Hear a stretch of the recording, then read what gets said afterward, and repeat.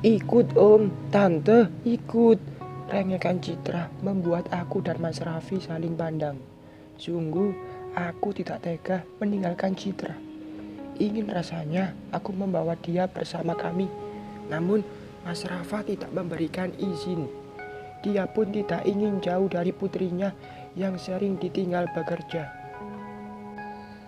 Janganlah, kalau untuk pergi jauh dan nginap, rasanya Mas berat. Biarkanlah dia menangis, nanti pun akan berhenti sendiri. Bukannya aku tidak percaya, aku sangat percaya kalian sangat menyayangi anakku. Tapi, aku beneran tidak bisa jauh-jauh. Kalian paham kan?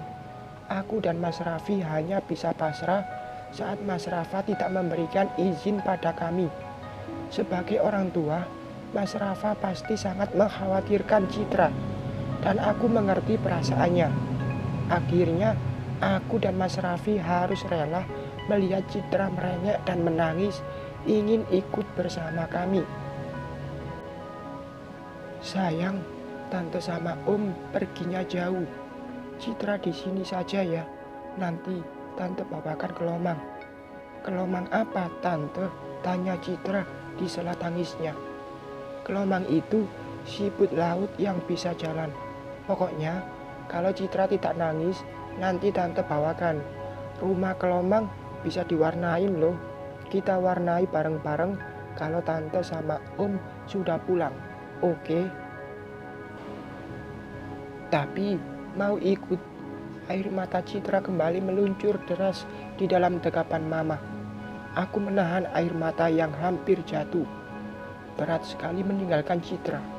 Anak itu setiap hari bersamaku, dari bangun tidur sampai tidur lagi, dan sekarang harus meninggalkannya. Sungguh menyesakkan. Gini aja, Citra jalan-jalan saja sama Oma ya. Kita beli Barbie lagi. Mau? Yang banyak pokoknya. Bujuk mama pada cucunya. Setelah beberapa lama, akhirnya Citra luluh dan mau diajak pergi oleh mama. Aku dan Mas Raffi mencium tangan mama, lalu berangkat terlebih dahulu. Dari kaca spion, aku melihat Citra yang masih menangis seraya memeluk kaki mama. Jangan melamun, sayang. Kasihan Citra, Mas. Tidak apa-apa. Citra itu emang nangisan, tapi cuma sebentar. Kalau sudah sampai di Garut, kita akan telepon dia. Aku pun tidak lagi melamun. Aku sangat menikmati perjalananku kali ini.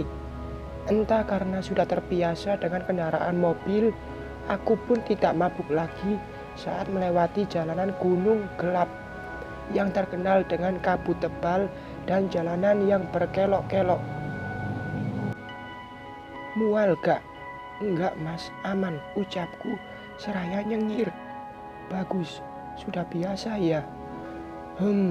Ucapku lagi dengan mulut penuh dengan coklat. Sepanjang perjalanan, aku tak hentinya makan, sampai-sampai Mas Raffi hanya bisa menggelengkan kepala melihatku yang terus mengunyah. Mas, beli dulu buah ya, ujarku saat kita melewati pasar Pamengpeuk. Mas Raffi menghentikan laju mobilnya di depan tukang buah-buahan.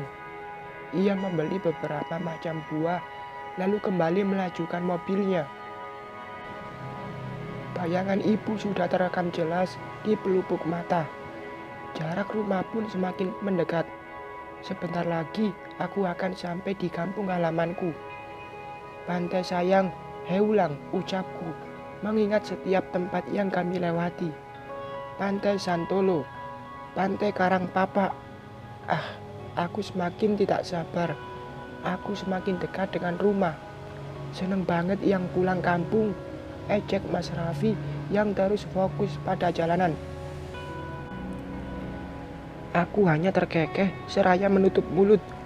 Bukan hanya senang, aku pun tidak sabar untuk mengatakan kepada semua orang kalau suamiku bukan orang miskin seperti yang mereka pikirkan. Ini pantai apa? Tanya Mas Raffi saat kita melewati pantai pasir putih dengan pohon ketapang di sepanjang jalan. Pantai Taman Manalusu, ucapku.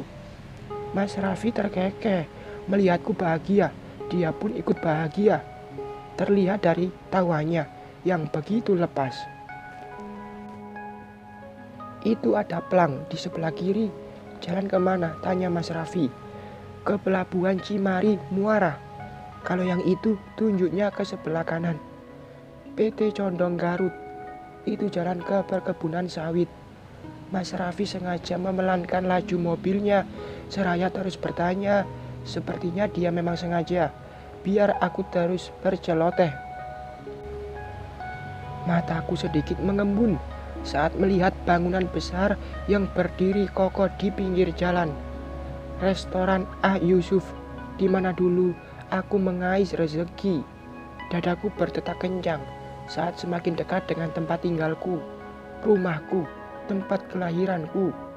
Mas Raffi membelokkan mobilnya ke kanan dan tidak berapa lama mobil pun berhenti di depan rumah yang sudah usang dimakan usia. Ibu. Bersambung.